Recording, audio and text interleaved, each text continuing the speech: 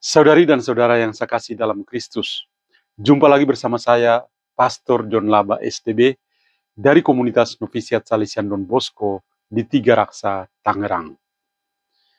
Hari ini hari Rabu, pekan biasa yang ke-33. Saya tertarik untuk memberikan renungan berdasarkan bacaan-bacaan liturgi pada hari ini. Saudari dan saudara, kita masih berada di bulan November, bulan yang istimewa karena kita mempersembahkan doa-doa kita, harapan-harapan kita kepada Tuhan untuk orang-orang yang sudah meninggal. Mereka adalah sanak keluarga kita, juga sahabat kenalan kita yang sudah dianggap cukup oleh Tuhan penugasan mereka di atas dunia ini. Maka Tuhan memanggil mereka. Beberapa hari yang lalu saya mendengar berita duka dari salah seorang rekan imam Romo Amos Bililede, seorang imam diosesan dari Keuskupan Wetebula di Pulau Sumba. Saya mengingat Romo ini karena ketika tahun 2002 pertama kali saya tiba di Sumba dan memulai karya Salesian di Sumba di Wetebula, beliau adalah pastor paroki katedral dan saya sering diminta untuk ikut membantu pelayanan-pelayanan pastoral di paroki Roh Kudus Wetebula. Dan ketika mendengar beliau meninggal dunia, sungguh secara manusiawi, secara pribadi, sebagai sebuah kolegalitas, tentu saya merasa kehilangan sosok seorang Romo yang saya pernah ketemu dan mengenal dia. Menceritakan sanak keluarga, rekan imam yang sudah meninggal, membuat saya lalu merenung apa yang diceritakan oleh Yohanes dalam bacaan pertama. Di mana dia bercerita bahwa dia ketika melihat ke surga, sudah ada satu pintu yang terbuka. Dan dari dalam pintu yang terbuka itu, ada sebuah suara, seperti bunyi sangkakala, yang mengatakan padanya, naiklah kemari, aku akan menunjukkan padamu segala sesuatu yang belum pernah engkau lihat, yang akan terjadi setelah ini. Sungguh sebuah cerita singkat, saya mengambil bagian yang paling pertama ini, untuk menunjukkan bahwa kiblat hidup kita itu sedang menuju ke sana. Sudah ada satu pintu yang terbuka, yang senantiasa memanggil kita untuk pergi ke sana. Dan apa yang terjadi di sana? Di sana ada Tuhan yang kudus.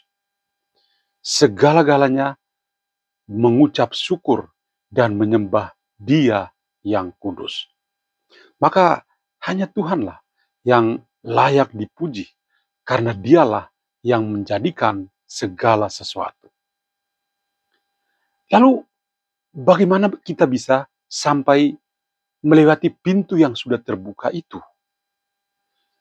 Bacaan Injil itu memberikan kepada kita seperti jalan yang terbaik yang perlu kita lewati. Apa jalan yang terbaik yang perlu kita lewati itu? Tuhan itu maha baik. Dia sudah memberikan kepada kita segala-galanya. Oleh karena itu, bagaimana kita berusaha untuk mengisi waktu-waktu kehidupan kita dengan mengembangkan segala sesuatu yang Tuhan sudah berikan kepada kita untuk kebaikan bersama, supaya bisa masuk ke pintu yang sudah terbuka itu. Dengan perumpamaan tentang Mina, Tuhan mau menunjukkan Dia bebas untuk memberi kepada siapa saja apa yang mau Dia berikan. Waktu, bakat, kemampuan, dan seluruh kehidupan kita. Dan apa yang Tuhan berikan itu sesuai dengan kemampuan kita masing-masing. Nah, apakah kita siap untuk mengembangkannya? Apakah kita siap untuk mengembangkan dari 1 menjadi 10? Atau 1 menjadi 5?